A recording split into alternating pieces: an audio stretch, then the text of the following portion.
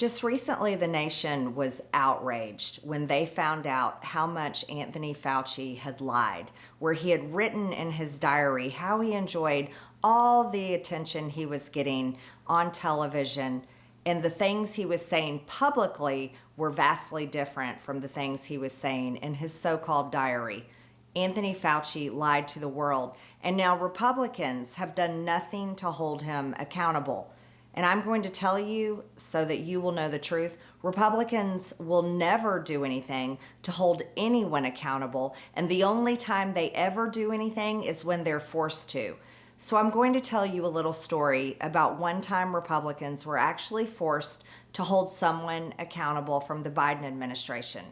This happened back in 2024 when I introduced a privilege resolution on the House floor to impeach Secretary Alejandro Mayorkas.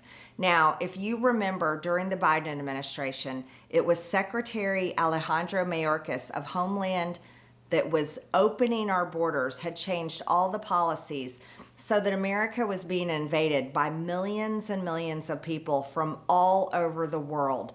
And not only were they coming across our country, flooding across our borders every single day, and we all remember those videos, you as an American taxpayer were also paying for those people. You were paying for their housing, you were paying for their health care, you were paying for them to have food stamps, and you were paying for their children to go to our children's schools. This is what Democrats did. This happened under the Biden-Kamala Harris administration, and these were the policies of Alejandro Mayorkas.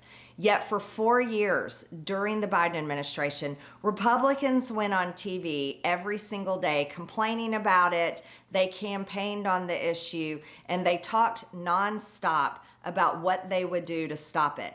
But they did nothing. Well, I had introduced articles of impeachment against Alejandro Mayorkas before that.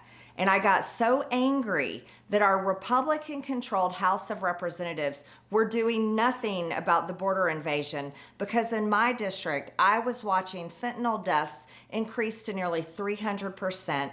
I had multiple constituents get murdered by illegal alien crimes, and we saw American after American be injured, have crimes committed against them, and even die from illegal alien crimes and illegal alien murders. And the story goes on and on. So let me tell you what I did. After constantly asking Jim Jordan of the Judiciary Committee to bring my articles of impeachment through committee so they could go to the House floor for a vote, and he never did it, I finally went to Mike Johnson and asked him, when will we impeach Secretary Alejandro Mayorkas? He had no plan, nothing, no plan whatsoever. So I took matters into my own hands. So here's how it works. A privilege resolution is a special type of resolution. It can only be used in certain circumstances, like articles of impeachment. So I took my articles of impeachment and changed it to a privilege resolution, and I introduced that onto the House floor. That was on Thursday, November 9th in 2023. And then I introduced a second privilege resolution on November 29th, but I'll tell you about that one in a minute.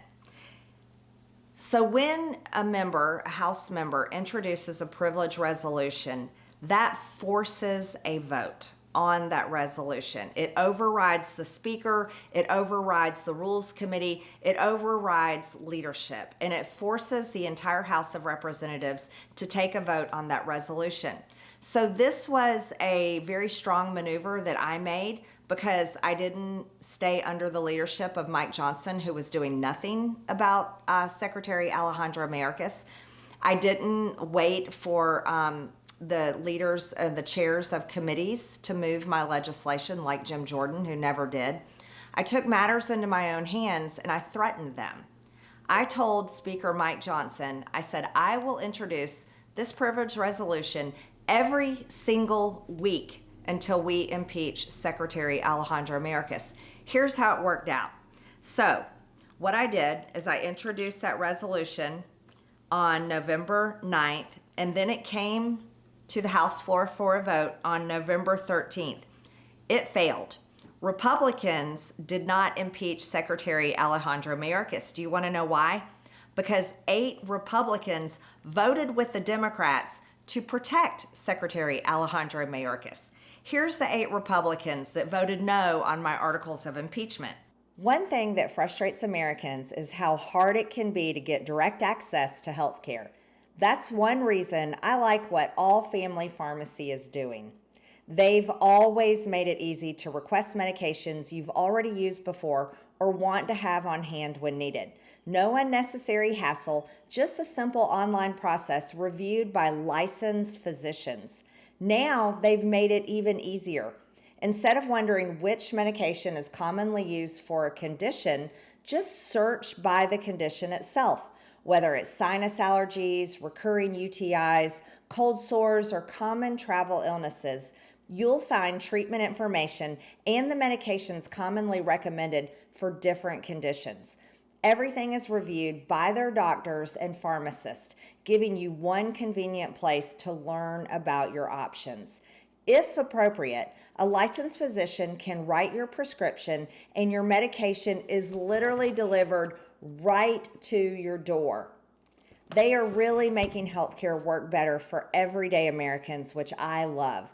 Visit allfamilypharmacy.com/MTG and use the code MTG10 to save 10% on your order or call 561-717-6794. That's 561-717-6794. Remember, use code MTG10 to save 10% on your order. Representative Patrick McHenry from North Carolina, Representative Tom McClintock from California, Representative John Duarte from California, Representative Virginia Fox from North Carolina, Representative Darrell Issa from California, Representative Cliff Bentz from Oregon, Representative Ken Buck from Colorado, and Representative Mike Turner from Ohio. Several of these are no longer in Congress, but a few of them are still there, like Virginia Fox. Here's what's interesting. These 8 Republicans that I just named voted no on my privilege resolution to impeach Secretary Alejandro Mayorkas, so it failed. That hit the news and that upset people. But I told Speaker Johnson, I said, look, if you're not going to impeach Secretary Alejandro Mayorkas, I'm going to force this privilege resolution every single week we're in session, and I'm going to force everyone to vote. So if there's going to be Republicans that continue to vote no, they're going to be attacked by their own constituents. They are going to be exposed to the nation because they do not want to impeach the secretary that is completely responsible for our entire country getting invaded. Do you know what Mike Johnson's response was? He finally decided that, he didn't want any of his members to be embarrassed and exposed because they refused to impeach the Secretary of Homeland that was leading the invasion into America by millions and millions of illegal aliens from all over the world.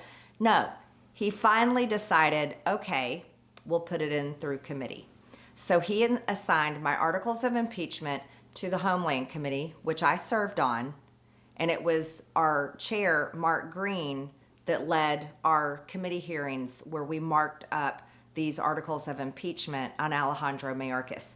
So the reason why I'm telling you this story is because you need to fully understand who the Republican Party is and who Republicans are. They will never hold anyone accountable. They don't want to. They do not have a spine, they don't have a backbone, and they don't have the balls to do it. The only time they will actually hold people accountable is when they're forced and when they're exposed, like I exposed them with my privilege resolution, and when they have no other choice. You see, what happened after that? The articles got marked up, and then when did they get finally passed? They finally were passed in, I believe it was, hang on a second. They were finally passed February 13th, 2024. Why is that important? Well, 2024 was an election year. And so you see, Speaker Mike Johnson saw the writing on the wall because the entire time during the Biden administration, our borders were invaded, a literal invasion, and Americans were furious over it. It was the biggest issue Democrats were losing on, and it was an issue that Republicans could win on. And so when I finally told him that I will do this every single week, and I don't care how much it embarrasses weak, pathetic Republicans that won't impeach Secretary Alejandro Mayorkas, when he understood that, he finally moved to allow it to happen. Well, it was February 13th, 2024, that the House of Representatives finally voted yes on my articles of impeachment of Secretary Alejandro Mayorkas, barely impeaching him by 214 yes votes to 213 no votes. But it was an election year, and they needed something to run on. Here's what I'm trying to explain to you. The Republican Party is nothing but words.